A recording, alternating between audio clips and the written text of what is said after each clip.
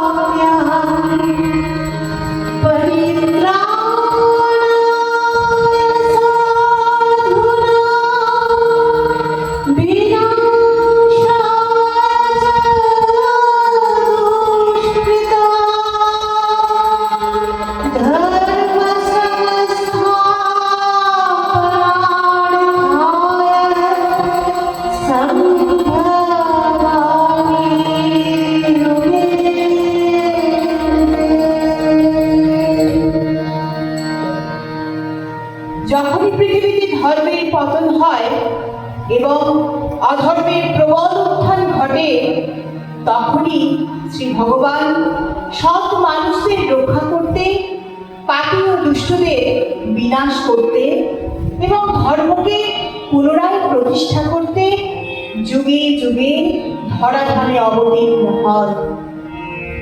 কখনো তিনি বংশীধারী শ্রীকৃষ্ণ, কখনো বা ধনুর্ধারী শ্রীরামচন্দ্র। তিনি তো জগতের নাম জগন্নাথ।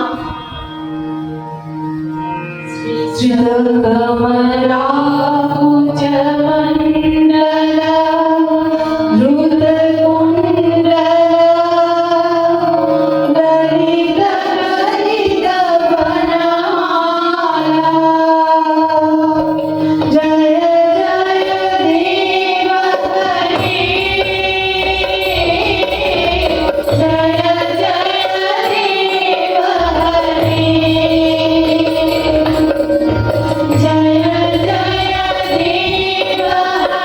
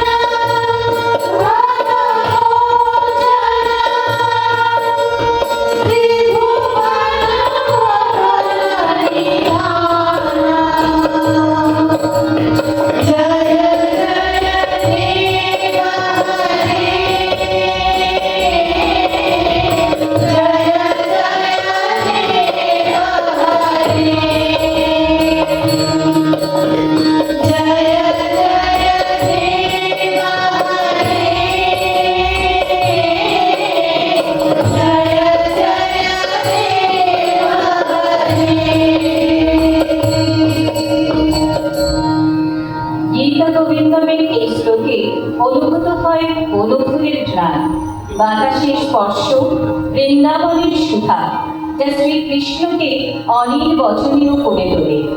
তিনি প্রকৃত আলো, যার উপস্থিতিতে অন্ধকার, অজ্ঞান বা ভয়ের অস্তিত্ব থাকে না।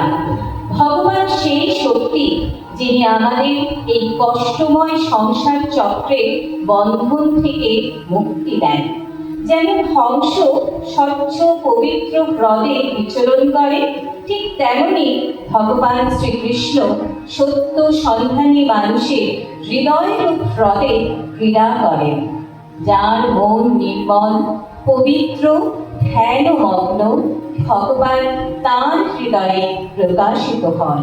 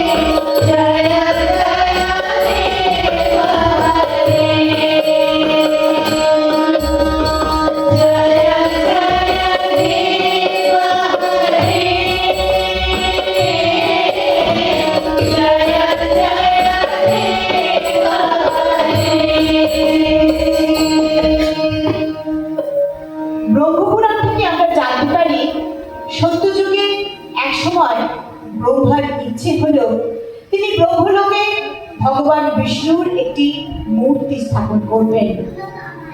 আহ্বান জানালেন বিশ্বকর্মাকে। বিশ্বকর্মা নীলকান্ত মণি দিয়ে একটি অপরূপ চতুর্ভুজ বিষ্ণু মূর্তি নির্মাণ করলেন। মূর্তিটির নামকরণ হলো নীলমাধব।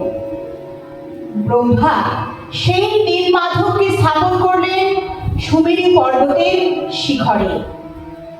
দেবরাজ ইন্দ্র একদিন সেই মূর্তি দর্শন করে অভিভূত হলেন। তিনি ব্রহ্মার কাছে চেয়ে নিলেন অপরূপ সেই মূর্তি। নীলমাধব মূর্তিকে স্থাপন করলেন স্বর্গে। এরপরে ত্রেতা যুগ। রাবণ সেই মূর্তি স্বর্গ থেকে নিয়ে পাঠিয়ে দিলেন বিভীষণের কাছে। দাপর যুগে সেই মূর্তি পৌঁছেছিল দ্বারকাতে। কিন্তু শ্রীকৃষ্ণ যখন লীলা সম্পন্ন করলেন এবং সমুদ্র যখন দ্বারকা গ্রাস করল, তখন নীলমাধব বিলীন হয়ে গিয়েছিলেন সেই সমুদ্রের জলে। অবশেষে কলিযুগে সমুদ্র নিজেই নীলমাধবকে প্রতিষ্ঠা করে নীলগিরি পর্বতের শিখরে এক গুহা মন্দিরে। সেই সময়ে এই স্থানের নাম ছিল মালব দেশ। মালব দেশের রাজা ছিলেন সূর্যবংশের রাজা ইন্দ্রদম্ন। তিনি ছিলেন ভগবান বিষ্ণুর পরম উপাসক।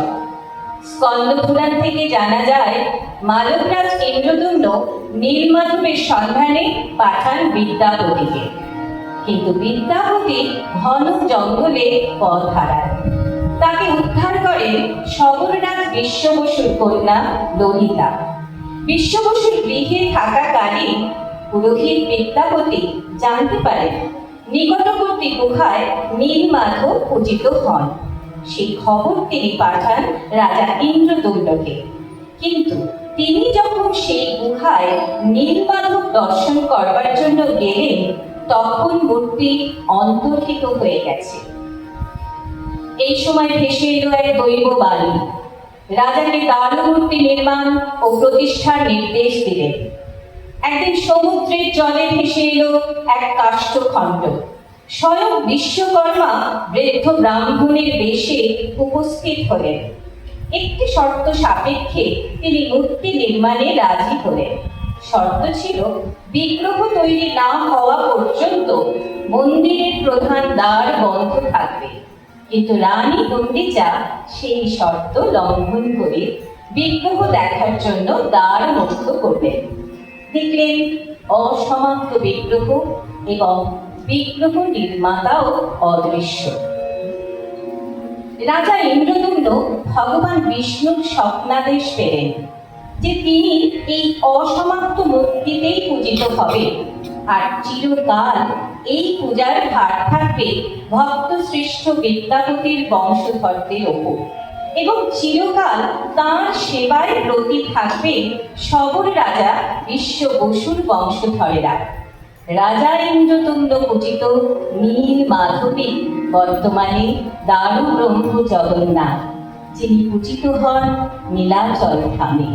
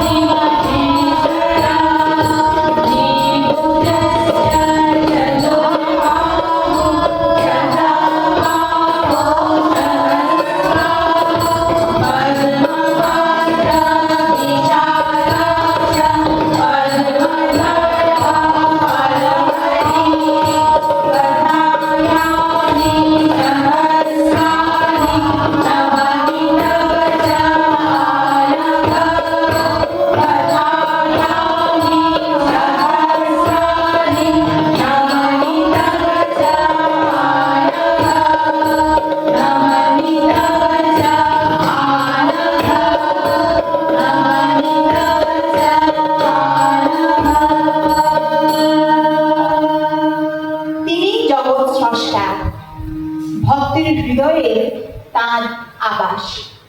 তার শ্রীচরণ ভক্তের হৃদয় পদ্মাসনে বিরাজমান। তার দুই বাহু ভক্তের দিকে প্রসারিত, তাকে আলিঙ্গন করবার জন্য।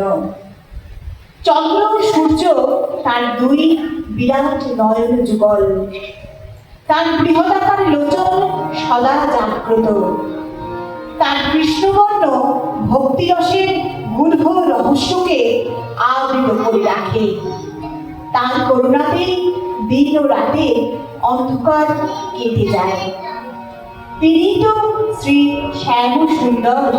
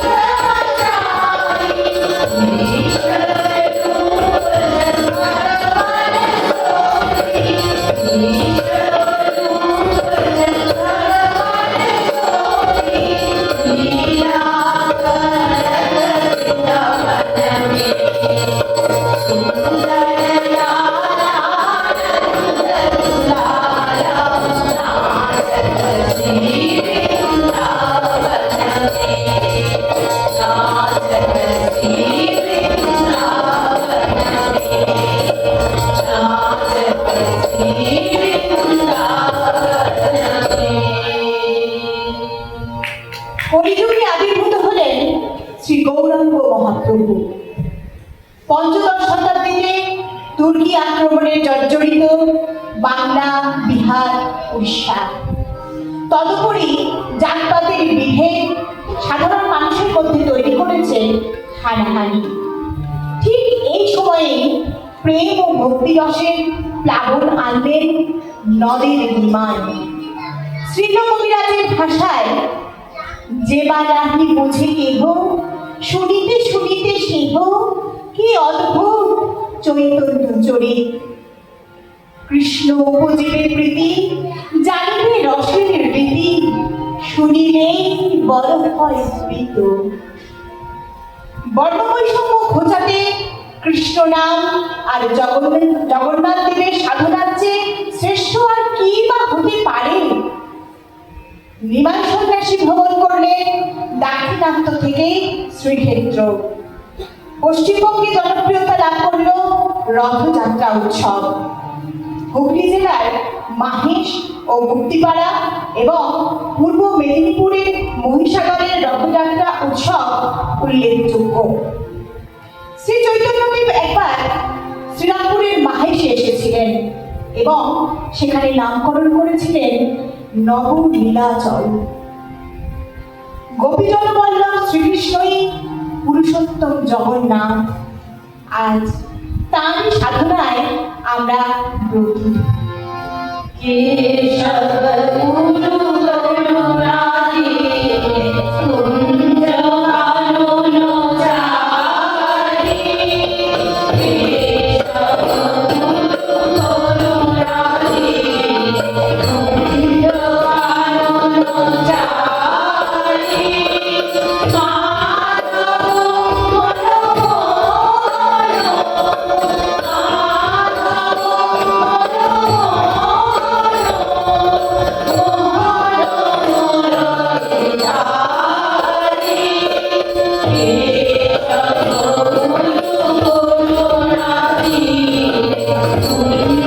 কানন চারি,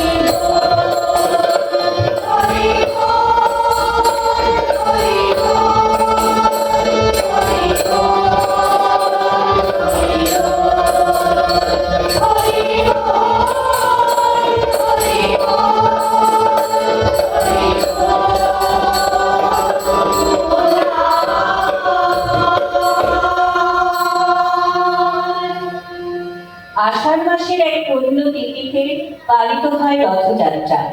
নীলাচল ধাম তথা পুরীতে রথযাত্রাটি মূল মন্দির থেকে জগন্নাথ দেবকে নন্দীঘোষ, বলরাম দেবকে তালধ্বজ এবং দেবী সুভদ্রাকে দর্পদলন নামক রথে গুন্ডিচা দেবীর মন্দিরে নিয়ে আসা হয়। 7 দিন পর উল্টো রথ তথা পুনর্যাত্রার মাধ্যমে তাদের মূল মন্দিরে ফিরিয়ে আনা হয়। পুণ্য সঞ্চয় করবার জন্য ধনী দরিদ্র নির্বিশেষে সকলে রথের রশি টানে। বাংলা সাহিত্যেও রথযাত্রা উৎসবে এই আবেগ প্রতিফলিত হয়েছে বারবার। আজ বলব কবি কুমুদরঞ্জন মল্লিকের রথযাত্রা কবিতার কিছু অংশ। এক বৃদ্ধা পুরীর রথের রশি টানবেন বলে সুদূর মেদিনীপুর থেকে পুরীর উদ্দেশ্যে যাত্রা করেন। কিন্তু পথে মধ্যে ক্লান্তিতে আর এগোতে পারলেন না। ওদিকে রথযাত্রার ক্ষণ উপস্থিত, শত শত মানুষের প্রচেষ্টাতেও রথ অগ্রসর হচ্ছে না। সন্ন্যাসীবর ধ্যানে জানতে পারলেন এক ভক্তের ভক্তি রথকে আটকে রেখেছে। তখন বাহির হইল পাণ্ডার দল ভক্ত অন্বেষণে। খুঁজিতে খুঁজিতে বহু দূরে আসি প্রধান পাণ্ডা হায়। দেখিল খঞ্জ বৃদ্ধা জলে পুরী অভিমুখে ধায়। আমার বুড়ি দিয়া চলিয়াছে বুড়ি, পাণ্ডা শুধাইল তারে। প্রখর রৌদ্রে ভিক্ষার লাগি যাইবে কাহার দ্বারে। তপ্ত বালুতে পুরিতেছে পম, আঁখি ভরে গেছে জলে। দিনু এই সিঁড়ি ফিরে গিয়ে বস ওই রথের তলে। বুড়ি বলে, বাবা বলো কবে রথ, পয়সাতে কাজ নাই। রথেতে দেখিব শ্রীমুখ বলিয়া রোদে চড়িয়াছি তাই। শুনি ব্রাহ্মণ কাঁদিতে কাঁদিতে বৃদ্ধারে মুখে করি, পেয়েছি পেয়েছি বলিয়া ছুটিল পুরীর সড়ক ধরি। ব্যাকুল বৃদ্ধা বলে, দাও ছাড়ি বাবা গো চাঁদার বই। ব্রাহ্মণ বলে, দেমা কত তুমি, গুরুর গুরু যে তুই। জমিতে দেখিল যাত্রীরা সবে জয় জয় জয় বলে। প্রধান পাণ্ডা আসিল যে ওই ঘোড়া বুড়ি লই কোলে। অচল সে রথ চলিতে লাগিল, বুড়ি দিল যবে খা। উল্লাসে সবে গাহিয়া উঠিল ধন্য জগন্নাথ। শাস্ত্র নয়নে অযত ভক্ত গাহিল ভক্তি গান। সত্যি তুমি কাঙালির হৃদি ভক্তি ভগবান। অচ্যুতং কেশবং কৃষ্ণদামোদরং রাম নারায়ণং জানকী বল্লভং। অচ্যুতং কেশবং কৃষ্ণদামোদরং রাম নারায়ণং জানকী বল্লভং। ভগবান পাতে দেখি তুমি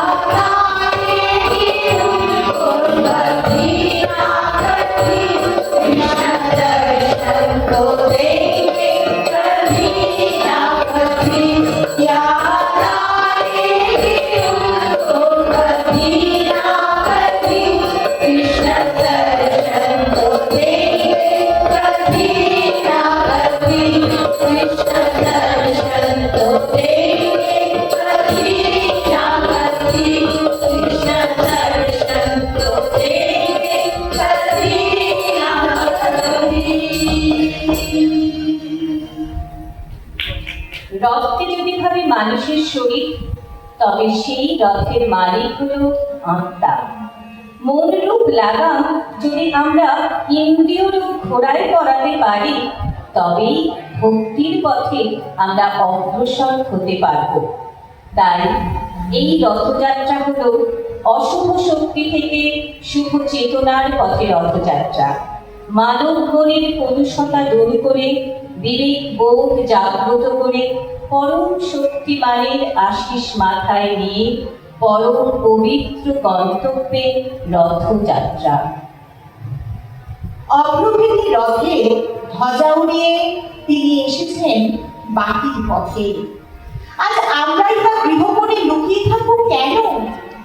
ঘরের সকল কাজ ভুলে আজ রথের রশিদে আমাদের টানতেই হবে। নগরে, গ্রামে, অরণ্যে, পর্বতে যে যেখানে আছে সকলকে যে আজ আমাদের ভালোবাসা ও শুভকামনার বন্ধনে আপন করে নিতেই হবে। তবেই তো খুশি হবেন রথস্বামী জগন্নাথ। উড়িয়ে Thank